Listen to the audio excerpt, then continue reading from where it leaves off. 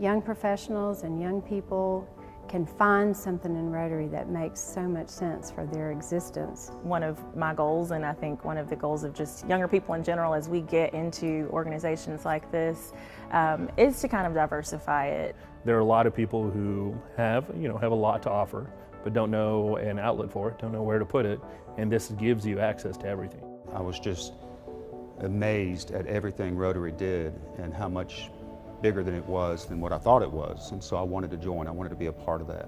You know, we laugh. It's a bunch of old guys that get together for lunch every week, and it's the furthest thing from that. It's so much more than I originally thought it was. It wasn't just about making friends. It was about going out on a random Friday morning and helping to build a barn. You know, we tend to be a little compartmentalized in our lives, and sometimes we forget people in our community who need help. The face-to-face, the personal engagement with individuals and in the community you can't find that or replicate that elsewhere. Whether we come from one walk of life or another, it transcends all of that because we come together in the name of service. As a young professional, I just think it's one of the best things I could possibly have done.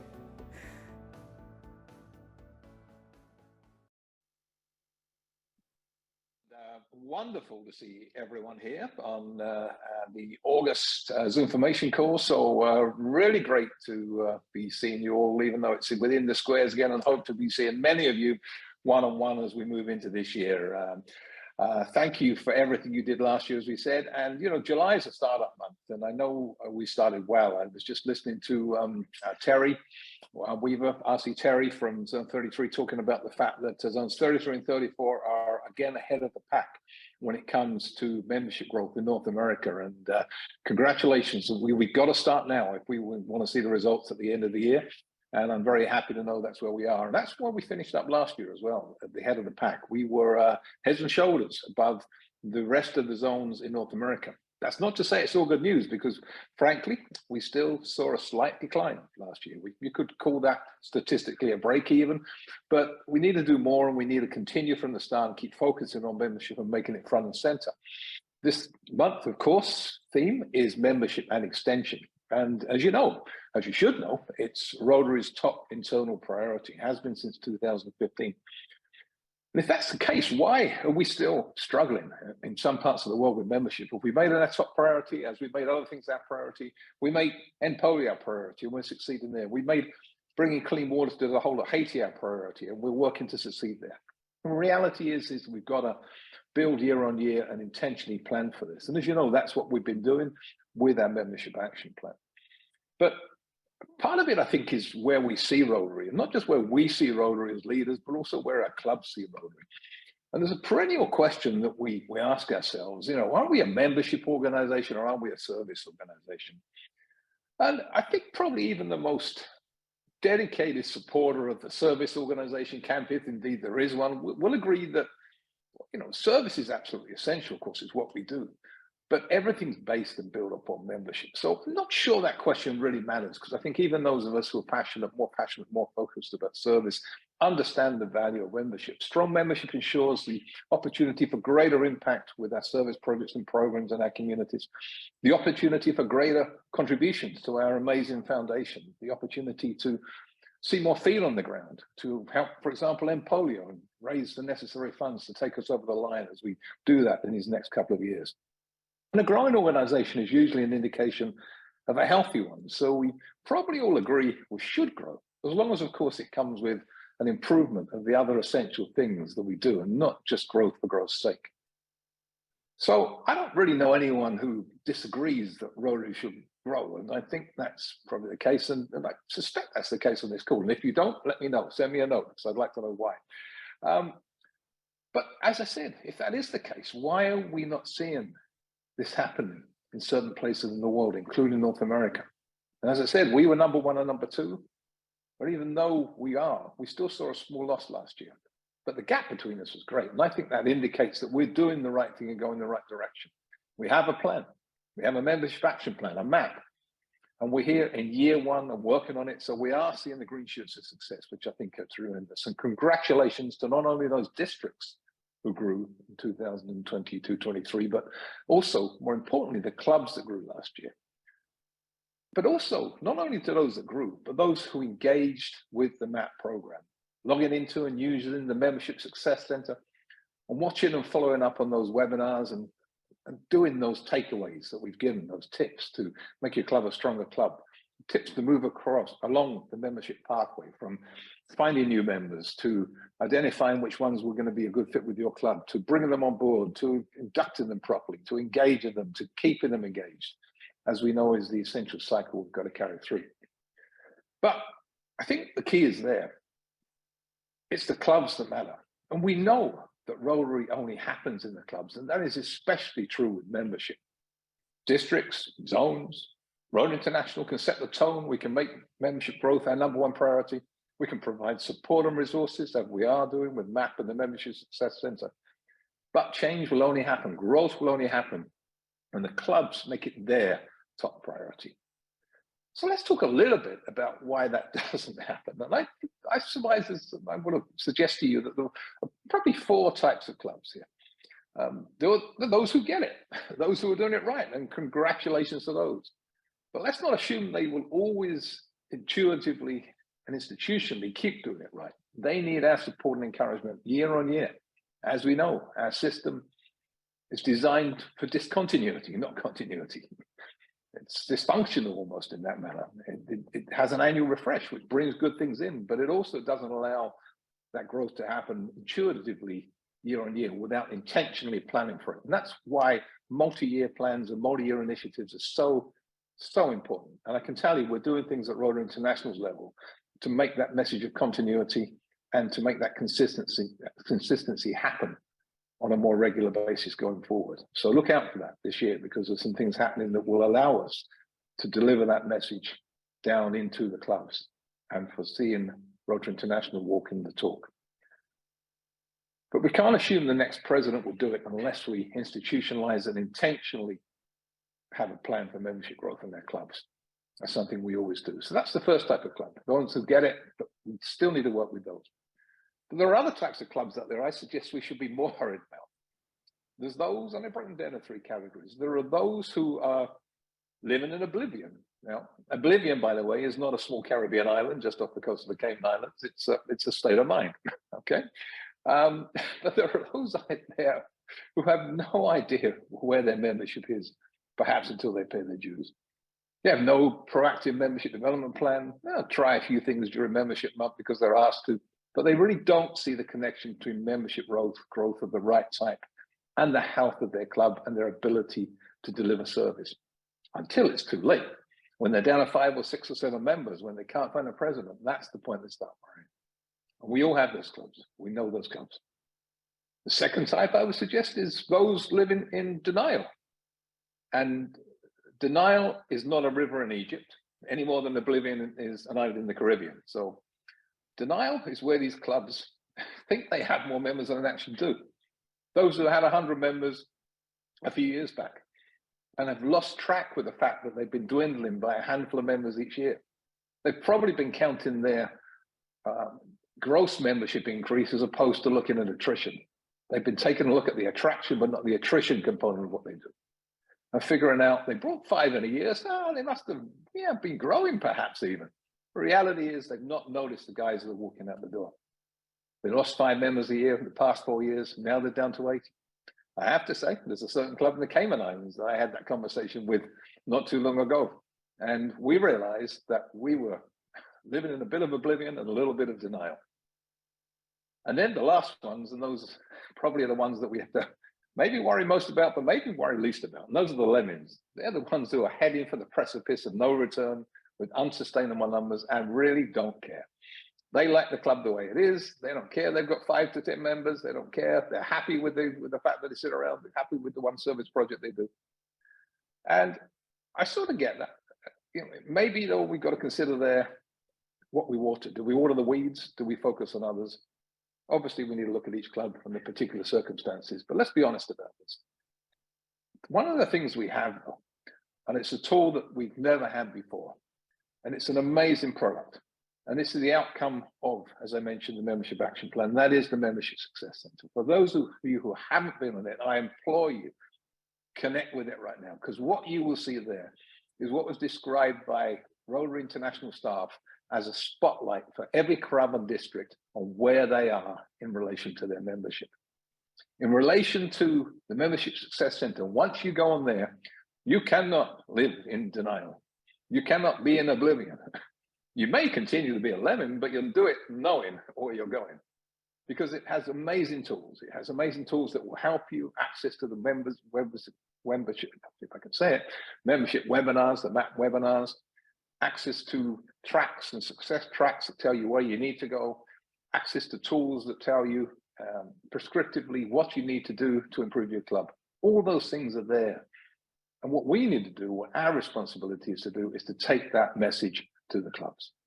So what I'm going to do now, in that segue, is pass over to our guest speaker for the day, none other than Past District Governor George Robertson Burnett, who also is a member of our Membership Action Plan team and runs the Ambassador Program for Zone 34. George, over to you.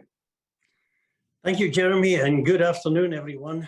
Am I the only one that's really shocked to have heard our director say that denial is not a river in Egypt? That's going down as my comment of the day. I'm delighted to be with you all today to introduce a couple of our zones, vibrant districts who have made and are making strides towards vibrancy. They are doing this by using intentional membership strategies to ensure great member experiences and club membership growth. I will also be letting you know about a new membership action plan development later in this segment. As a reminder, the Membership Action Plan, or MAP, is a multi-year membership initiative devised here in our zones and leading the Rotary world in membership creativity, interactivity, and intentional action. It's not just a catchy slogan or limit to 1 year, nor is it a boom and bust program. It is rather a plan based on consistent, moderate, and sustainable growth, and is available to every club throughout our 2 zones. The launch of MAP was 1 year ago, and over these past 12 months, it has been viewed, absorbed, and adopted by Rotarians, clubs, and districts, and is part responsible for our 2 zones being at the pinnacle of membership growth in North America for the Rotary year just past.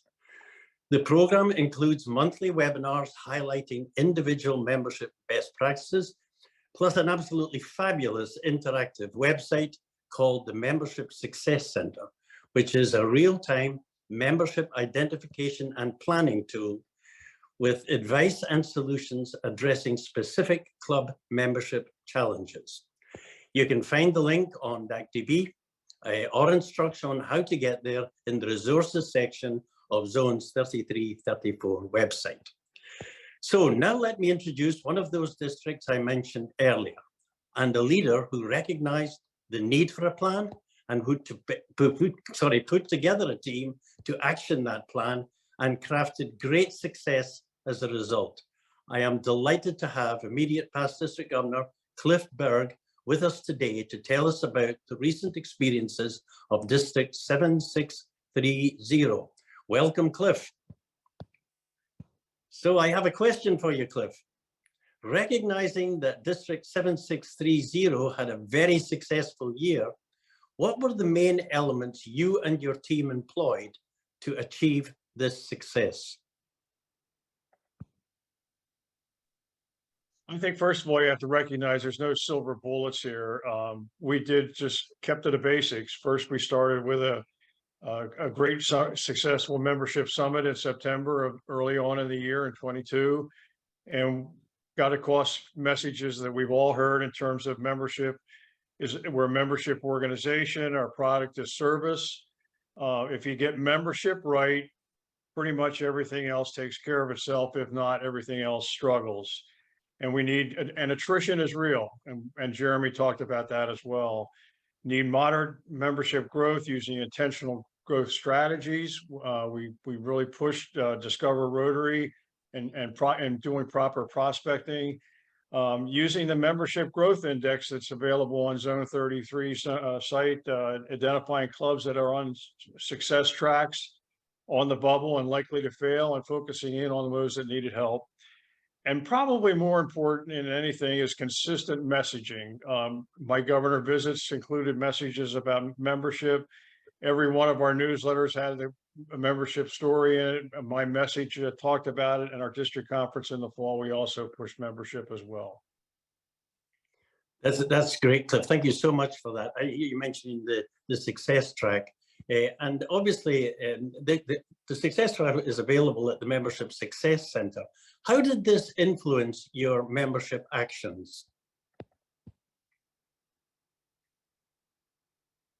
Well, we used early on, we used the monthly zone reports because the new product on DACDB was not available, but we used those monthlies and actually we knew where we were each month as far as membership in each of our clubs. Then we started using the Membership Success Center and the year-to-date goal progress by club report, and then focusing in on clubs that had no new members or showing negative growth and trying to work with them and trying to get, tell them the membership story and for them to take action. We also developed our own membership program, a very short program that you can use for a program at a Rotary Club. And it's called the Supporting the Membership Journey. Our membership team put that together, and we contacted clubs that were struggling and offered to have that. We also shared stories of clubs that are actually showing success so that people had some stories and some ideas to work with. And I alluded to a little bit is being willing to not to ignore clubs that don't listen to the message, but to write them off in terms of the time and energy that you spend time in terms of with clubs that are willing to listen to the story and to take action, continue to support the others. But if you're not willing to receive the message, to let that alone. We're pretty competitive. We published every month where we were in Zone 33, and I think people love seeing that. And I guess for my own, edification, I'm pretty competitive. I wanted to see what I was doing against my classmates, and that stirred me on as well, and wanted to look good, so to speak, as I think all of us do. So, yeah, it's a very good point, Cliff. I mean, Rotarians being competitive, go figure? Yeah, who would have figured that one? So, what impact did your membership success have on the district overall, do you feel, Cliff, over the span of the year? I like to think that in general, that the district really has feels that Rotary is alive and well in District 7630, that they understand the role of membership, they understand how it affects other parts of what they do in their club. We organized our first new club in over 7 years. We established 2 satellite clubs in over age 55 communities, and this year we'll put on an impact satellite club that'll come on board this month. Our foundation giving, somebody talked about earlier about foundation giving. Our foundation giving went up dramatically, total giving up over almost 23%, and our annual giving up over 22.5%. And other things like the Empowering Girls initiative that actually created that impact club that I'm talking about. People started buying into some of the other initiatives that Rotary has. And we had a very successful RILA program with over 125 young people attending. So overall, I think it just helped like I said, when membership works, and if it doesn't work, everything struggles. When it does work, it makes everything else work as well. That's absolutely fabulous. And what a great example of grow more to do more, because boy, your district did fabulously. Thank you so much, Cliff. We very much appreciate you telling us about your membership experiences. And may I also congratulate you and your team at District 7630 on great growth success that you created. So one of the things that the MAP team recognized, cheers, Cliff, thanks. One of the things that the MAP team recognized was that the action plan of necessity would develop and adapt through time. We also recognized that we can have the best membership plan possible, but it will not be successful if it does not reach the people that can adopt and act on the best practices and advice given. And as we all know, there's only one place that Rotary can grow, and of course that is at the clubs. So club exposure to the membership action plan is crucial to its success. And that is where the latest development in MAP comes. And that is the introduction of a new MAP team who are effectively the action plan sales force. Let me introduce to you MAP ambassadors.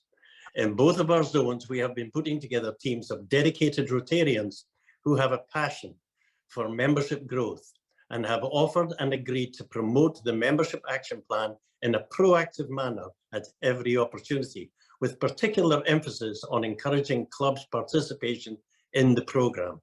Ambassadors are located throughout our zones and are available for advice and presentations, and have been selected because of their enthusiasm to make a difference regarding Rotary membership through the adoption of intentional membership actions as outlined in our innovative MAP program.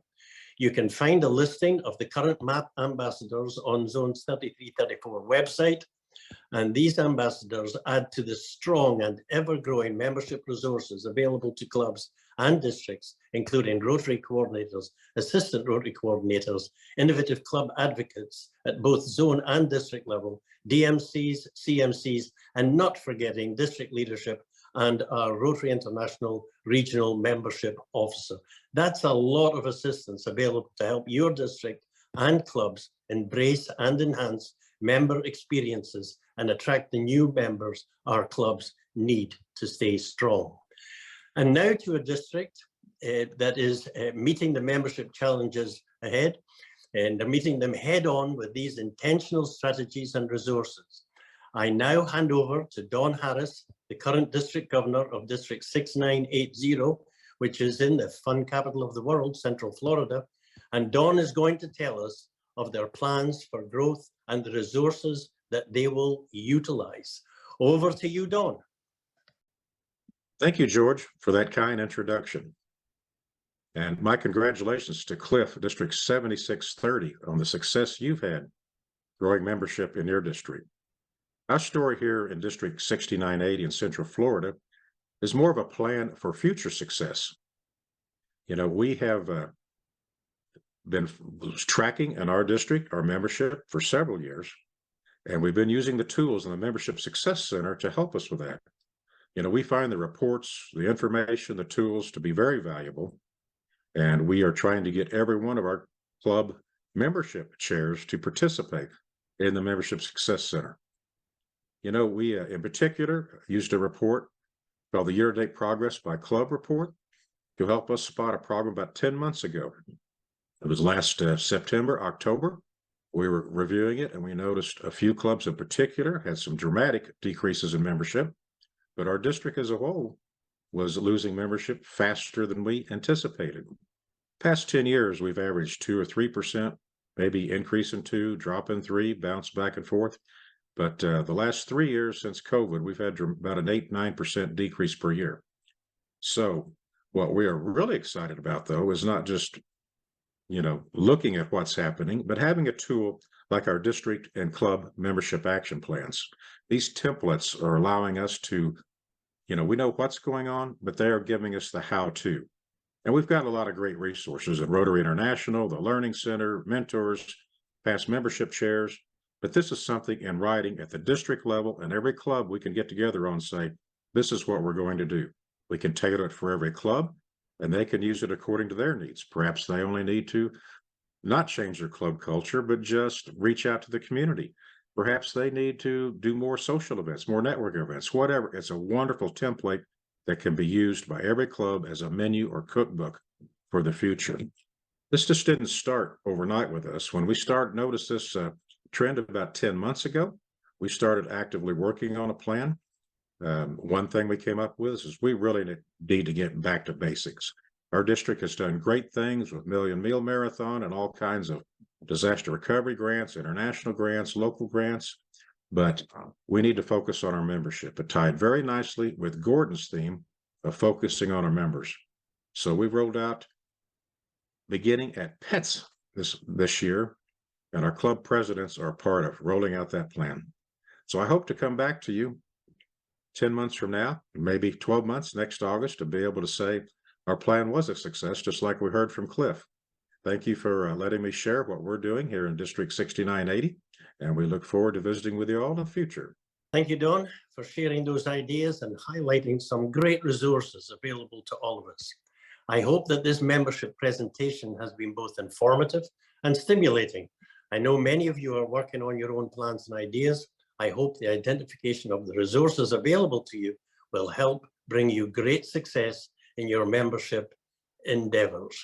Now, I was going to be passing on to Empowering Girls and Dawn and Tina, but I understand that our director would like a few words, and since he's the boss, I'll hand it back to you, Jeremy. Well, I love this power. With great power comes great responsibility. So I'll be brief. Well, first of all, I want to welcome a few special guests, which I wasn't able to earlier. We have here with us today past RA Director John Smudge. John, great to see you. Past RA Director and Treasurer David Stovall, who was also heading up our Foundation Regional Action Plan. David, thanks for being on. My immediate predecessor, none other than Peter Kyle. Peter, great to see you as well, and thanks for being with us today. But as importantly, as all of us, in fact, more importantly than all of us, we have our very own incoming President for Rotary International, the irresistible Stephanie Urchik. So please join me in giving Stephanie a big, big, big Zone 33-34 welcome. You can do it silently by applauding or just hands. There you go. Stephanie, great to see you, and thanks for coming on. And so excited that we're going to be working with you next year with your initiatives, which, although I won't go into detail, really deal with getting Rotary into the clubs and activating our clubs with one of our most important tools, and we'll talk about that more later. And by the way, whilst we're on the subject of activating clubs using plans, I also want to tell you that FRAP, which is our Foundation Regional Action Plan, and the newly to-be-formed CAP, our Communications and Public Image Action Plan, are going global.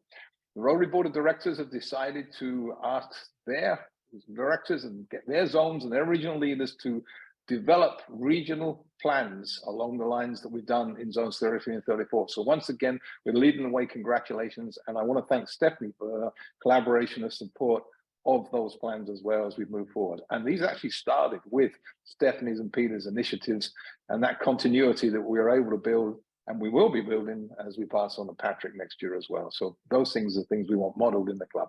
So as was said, without further ado, let me now welcome two very special people who are continuing an excellent program, which Cliff mentioned a little earlier, the Empowering Girls one. Our Empowering Girls ambassadors for Zone 33 and 34, Tina Fishlin and Dawn. Dawn, great to see you. Dawn, Rochelle, lovely to see you both here. Take it away, guys. Thank you, Jeremy. Good day to all of you.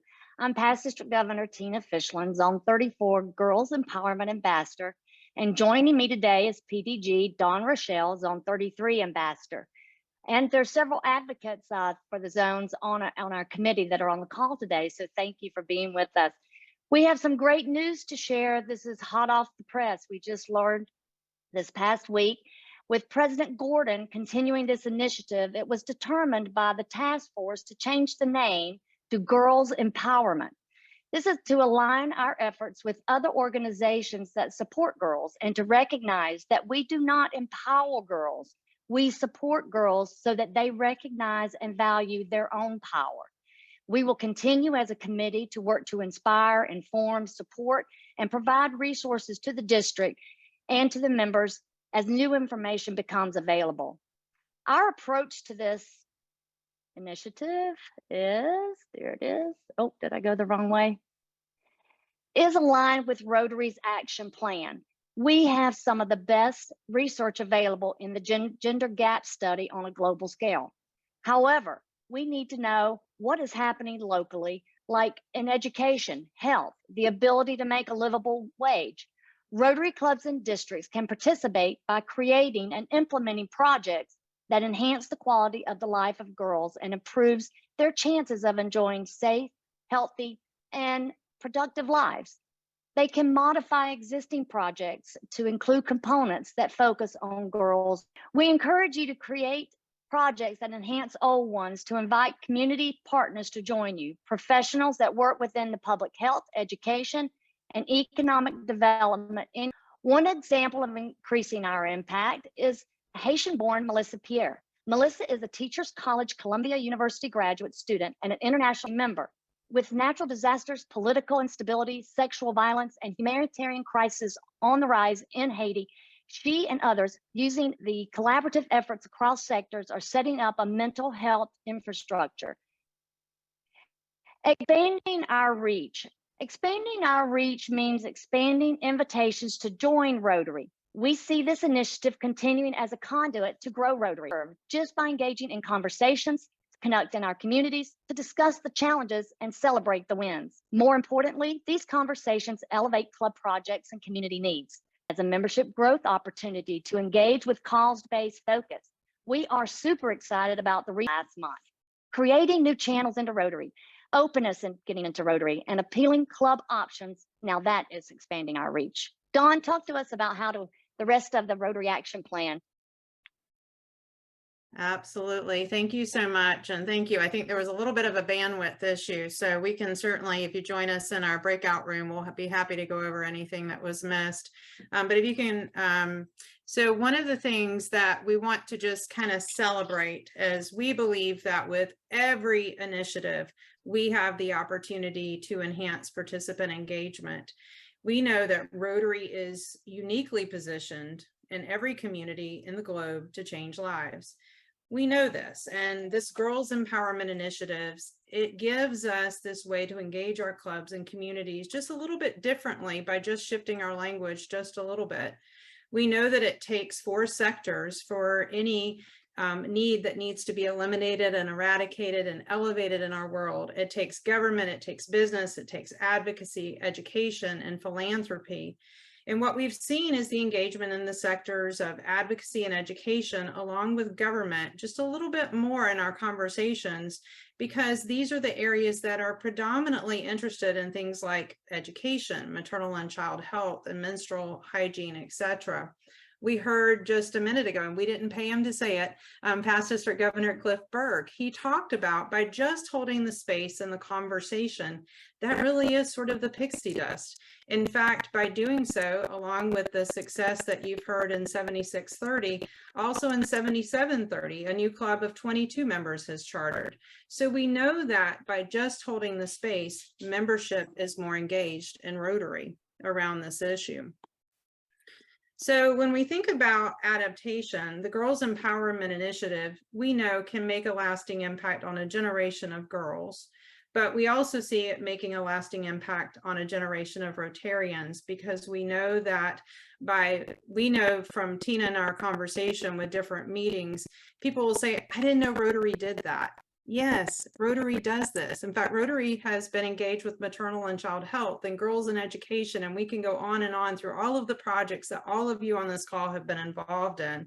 And we know that this initiative just allows us a little bit more to really continue to make a difference in girls' lives by just advocating for the public and private sectors to join together a little bit more to support our girls, by raising awareness of girls' needs in our community. Maybe it's through a foundation grant that we can join social networks and business partnerships, as we've done with our polio eradication efforts. We do want to invite you, and kind of our call to action is we have some offerings. Mark your calendar, because October the 11th is International Day of the Girl Child. For those of you that are traveling to Nassau, Tina and I both will be there in the House of Friendship. Thanks to continued leadership, being able to see this as a need and as an important initiative to hold space for wherever we are. And we appreciate Director Jeremy for allowing that and for really showing leadership with this initiative. We are greatly appreciative, because we're seeing the difference that it's making, not only for ourselves in Rotary, I think all of us in terms of the Empowering Girls Committee would say that, but also for every single interaction and conversation that we hold space for. And we welcome you to invite us to your next meeting, whether it be at a district or a club level, and let us help you connect to additional resources so you can support our girls. So with that, I am passing the baton today to our Zone 34 Regional Public Image Coordinator, Susan Corder. Thanks, Dawn, and thanks, Tina. What a wonderful program, and I look forward to continuing to see how it evolves. I want to give a brief update on what's going on in the Zones 33 and 34 public image world. We have a lot happening. And first, I want to thank the close to 200 participants that joined our July webinar to meet the team. One of the things we talked about was kicking off the Rotary year with a roadmap to success. And part of that roadmap includes the public image citation that's given out to clubs. The public image citation consists of monthly tasks that clubs can submit throughout the year, but more importantly, these tasks are foundational to the success of your Rotary Club, specifically your ability to successfully share the Rotary story. The July task was an audit. Go through your public image resources and channels and make sure you're using the right branding. Make sure your channels are engaging and make sure you're re-engaging through social media and other avenues with your end users. Now, I do want to congratulate District 7030, who is leading the way with a number of clubs who have submitted the July task. They had 44 clubs that participated in the July task. District 7020 had 36 clubs and 6910 had 27 clubs who participated. Now, with around 1,700 clubs and only 150 participating in the July task, I am enlisting all of you to assist us in gaining more traction for clubs and their public image efforts. So I need you to encourage your clubs through your district communications to go on elevaterotary.org and start engaging in these tasks, start participating in these tasks because they really are essential to the club's success this year. The August and September tasks involve setting up a public image plan and a content calendar. A new exciting announcement, we are going to be rolling out in the next few weeks an award that districts can earn. So in addition to the club public image citation from the zones, we have an award that the districts can be earning too for their levels of engagements and through assisting clubs in successfully sharing their Rotary stories. We have two events this month. August 22nd, we have the AMA session, Ask Me Anything. This is where our team of public image experts are going to have an open forum session. You can log on or join the elevaterotary.org just to ask us anything about Canva or using AI to create content or social media, anything public image related, and we'll have the answers for you. If you don't have any questions, just hop on the meeting and listen. I guarantee you are likely to learn something. And we're going to be holding these sessions throughout the year to engage with Rotarians throughout our zones and help facilitate and assist you however we can. The second event we have coming up on October 28th, we have Past Rotary International President John Germ giving us an update on polio, and in combination with our public image team, who are going to talk about how to host a great polio event. So we all know this World Polio Day is coming up in October. We want to get you set up for a successful event. So please join us. If you're not able to participate in any of these webinars, you can find them at elevaterotary.org. And again, we have all of our resources there, from the public image citation tasks to recorded webinars to a plethora of other tools and resources to help you successfully share your Rotary story. And with that, I'll turn it over to Rotary Coordinator Terry Weaver. Terry? Thanks so much, Susan. And you're really moving the needle on PIPR. And I have an opportunity now, if I can get my slide to advance, to fill you in on membership for 22-23. How did things come out? These numbers were just released last week, so they're hot off the press, and I'll give you a quick update. Starting with Zone 33, the headline is that Zone 33 had its best year of net membership gain in recent history. That said, as Jeremy mentioned, during the month of July, we slipped into a small net loss. I'll show you those figures in a second. And you'll see the past history of Zone 33 losses in the thousands. And we moderated that to a net loss in the dozens in 22-23. These are some of the prior year's net losses. So we feel like we've made giant forward progress. Zone 34 had its third best year of net membership gain in recent history. Again, sadly, a small net loss of about 170 members. Zone 34 had some positive years in the recent past, and 171 members is a moderate loss compared to, again, recent history. So The overall headline is that zones 33 and 34 were the top 2 zones in North America, and a significant step away from the 3rd, 4th, and 5th following us up. This is what those box scores looked like. You'll notice zone 33 and 34 with the smallest net losses. But I did want to call your attention to what happens in the month of June. We lost 10,000 members in North America in the month of June, 7,000 of those in the last week. So this idea of what I call the June debacle is real. Things do melt down during the month of June, although highly predictably in that 2.5% to 3% range. And that's what the success track model is built upon. Wanted to give you just a quick case study on the success track model in zone 33. This is what the start of our year looked like. We came into December just slightly behind pace, and we finished December actually in great shape. We finished December ahead of the model. Then unfortunately, we took a hit in January that we hadn't expected and hadn't seen before. So we climbed out over the course of the year and went into June, again, about 200 members short of the success track, and then June happened.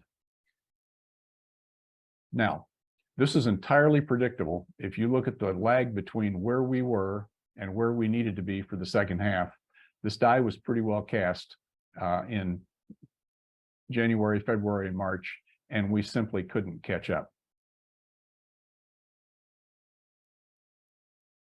That being said, we're sticking to our story. Zones 33 and 34 are the top 2 zones in North America for membership in this year. And now I'll hand this off to RRFC Sandra Hempstead.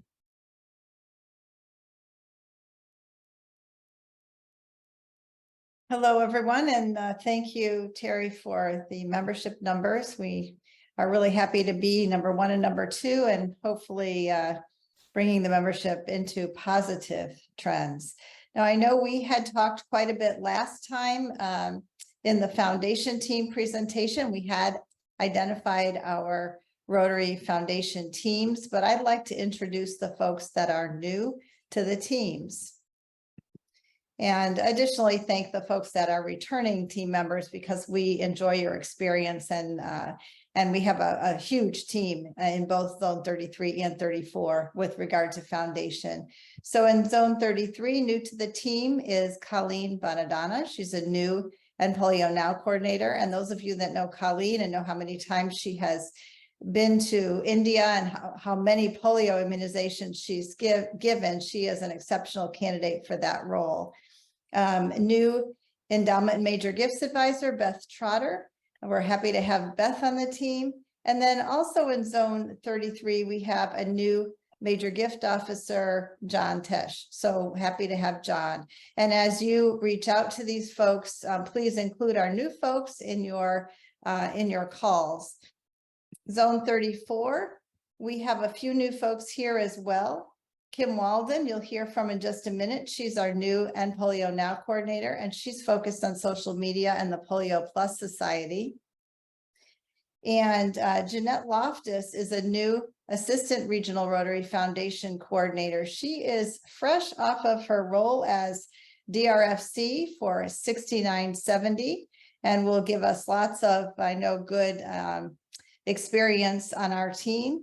We also have Andres Goyanes, who is an immediate past district governor, and I'm really happy about that, to have him on our team. And lastly, I think you'll see that we have included the major gift advisors on our team with their specific areas of interest.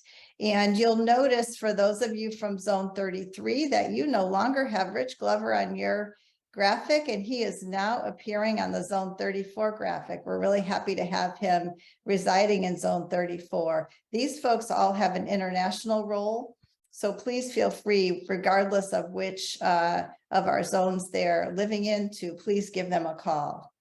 And I have a couple of other things I'd like to just mention. These are really a heads up for coming attractions. But Lorraine Angelino, Regional Rotary Foundation Coordinator for Zone 33, and I are working together quite a bit to try to collaborate on some of the things we're doing. We will be collaborating on a newsletter. So you'll see this coming in the second quarter. It will be a combined Zone 33-34 Foundation newsletter.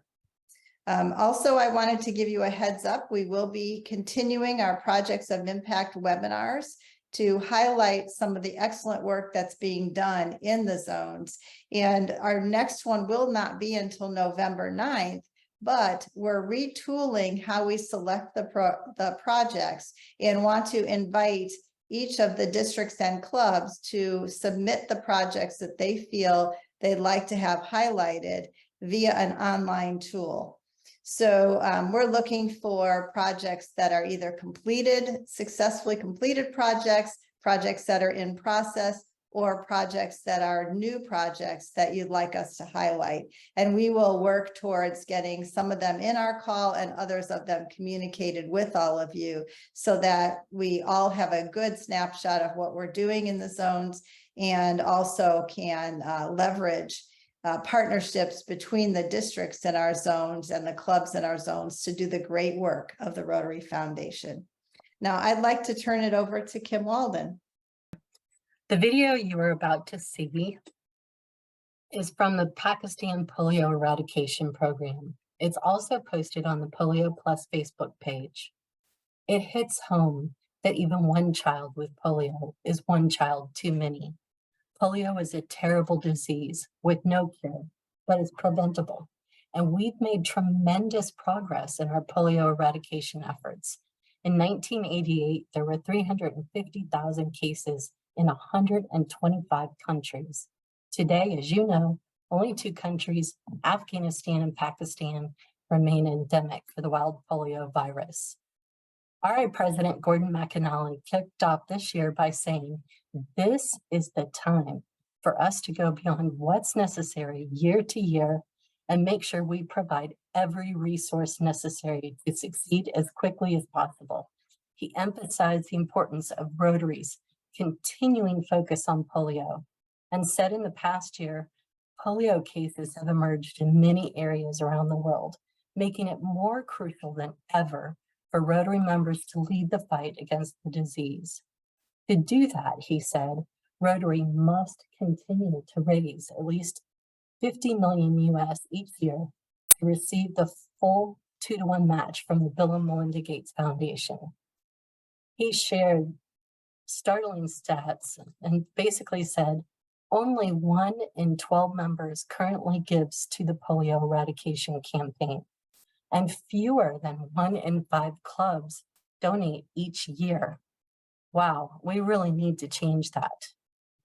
He also asked for the district governors-elect for their support, creating a sense of urgency in their clubs to help realize Rotary's vision of a polio-free world.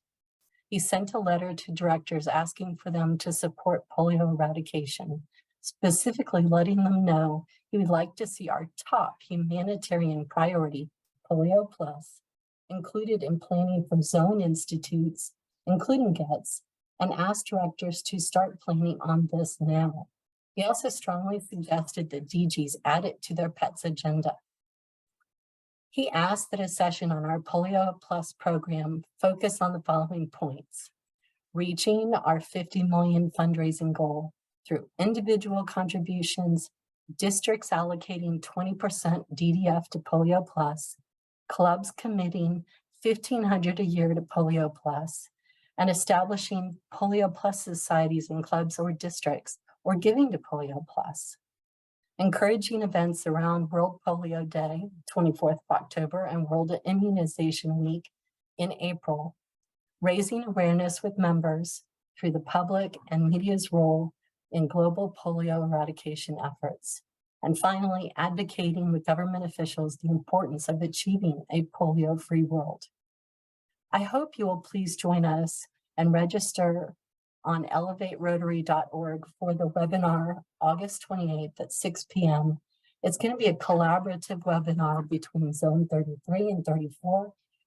We will unveil the brand new Polio Plus Society Toolkit and all the resources that will help you accomplish the goals set forward by our president. Thank you. We need to get everybody registered for Zone Summit. Make sure your hotels are booked. That is coming up October 24th through 29th in the Bahamas. We also have international coming up. I believe I heard earlier that the early bird rates will be expiring soon. So make sure you get registered for that May 25 through 29th of 2024 event. Also, Art mentioned it already, but quick reminder that there will be no September ZoomFormation session. Our October ZoomFormation will be held October 2nd, and that will be a 6 p.m. event rather than the 1 p.m. Eastern Daylight event. So 6 p.m. Eastern Daylight Time. You guys see the calendar? 14th of August, Zones 33, 34 Membership Action Plan webinar. Those are always very informative and well attended. August 22nd, 6 o'clock, Zones 33, 34 Public Image Ask Me Anything. August 28th, 6 p.m., Zones 33, 34 Public Image, How to Host a Great Polio Event. Really excited for that presentation. September 11th, 6 p.m., Zones 33, 34 Membership Action Plan Webinar 12. And September 25th at 6 p.m., our Public Image Strengthening Our Brand presentation. All right, we're going to go ahead and get you over to our breakout rooms. We, of course, have our coordinator room. You can join any of the coordinators and ask your questions. George is going to be hosting our MAP Ambassador Program room. Dawn and Tina will be over in Empowering Girls. And then we have an add-on today. Stephanie has agreed to host a breakout room to tell or spend a few minutes on her growth story. And of course, you can always visit with Jeremy in the RI Director room. So we're going to open those rooms now. You can choose what room you want to go to. If you have difficulty, hang out in the main room and we will try to get you over to the room of your choice.